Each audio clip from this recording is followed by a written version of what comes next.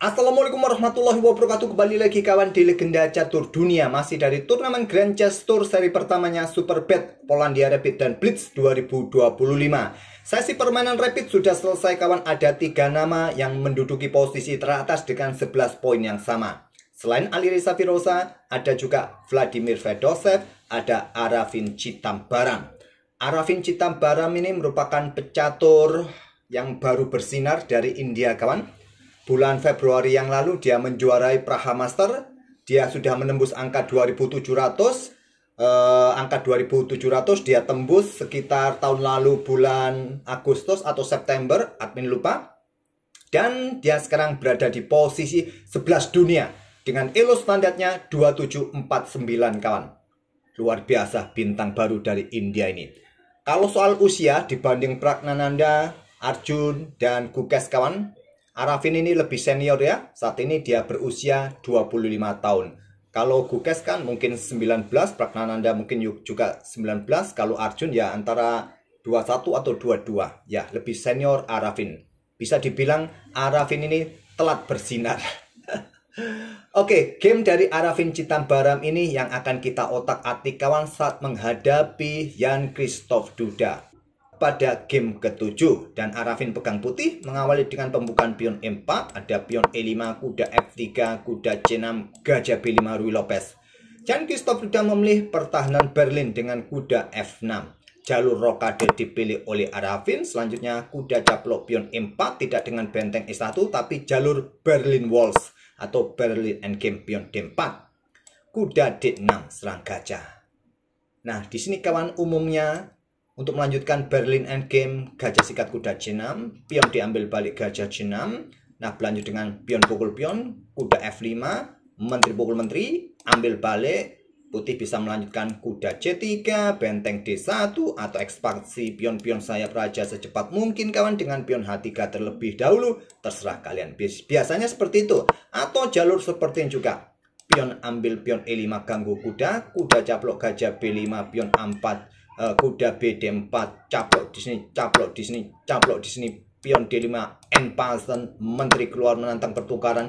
Dan sering kita lihat juga para pemain kalau ingin mengakhiri permainan dengan remis dengan cara seperti ini kawan. Sering kita lihat. Tapi di sini Arafin memilih jalur yang berbeda dengan gajah A4. Kemudian ada pion E4, benteng E1, gajah E7, blokade pin, kuda ke E5 menantang pertukaran. Dan pion B5 terlebih dahulu, gajah B3, selanjutnya kuda ke A5. Berpikir agak sedikit lama, 2 menitan kawan. Kuda A5 dipilih oleh Jan Krzysztof Duda. Nah, ada beberapa game yang memainkan kuda C3, gajah D5. Ini langkah terkuat buat putih menurut engine komputer. Ada satu game yang meluncurkan gajah ambil pion F7 membuat langkah pengorbanan kawan. Dan putih menang saat itu memainkan langkah seperti ini. Ini juga diambil oleh Arafin pada game ini kawan. Meluncur ambil pion F7 cek. Kuda chop, raja chop, menteri keluar ke H5 cek. Raja mundur ke F8. Kalau kalian blokade ya skaknya di sini dan kalian kehilangan benteng.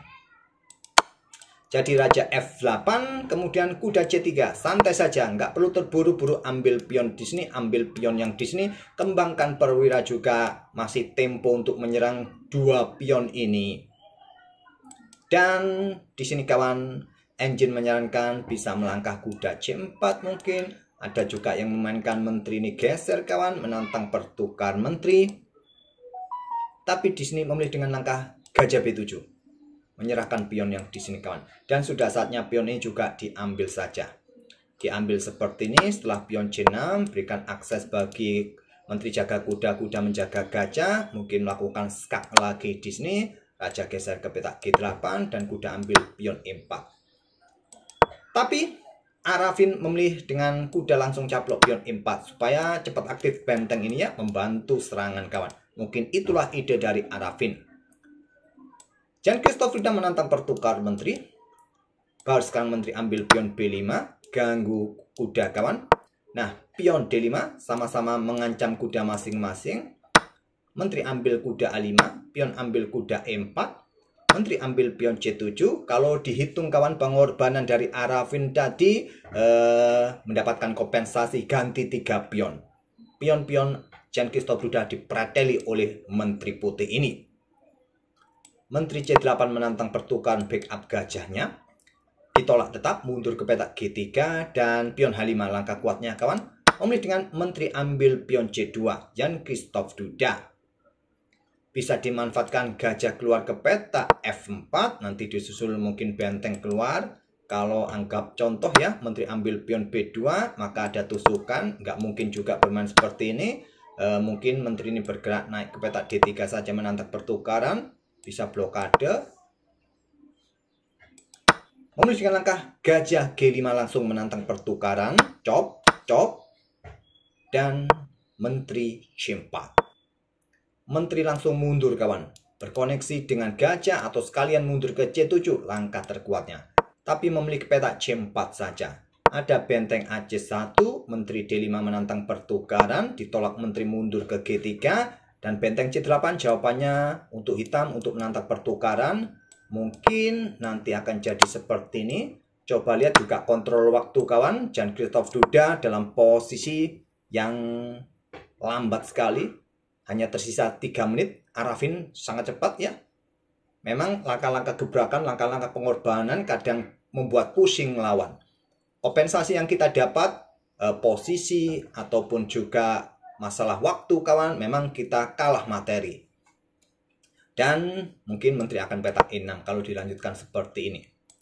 Dengan benteng C8 terlebih dahulu. Tapi dengan pion H5, langkah blunder kawan karena ada benteng C5. Menteri ambil pion D4, ada benteng F5 cek, Raja geser ke center ke E8, diikuti Menteri ke C7.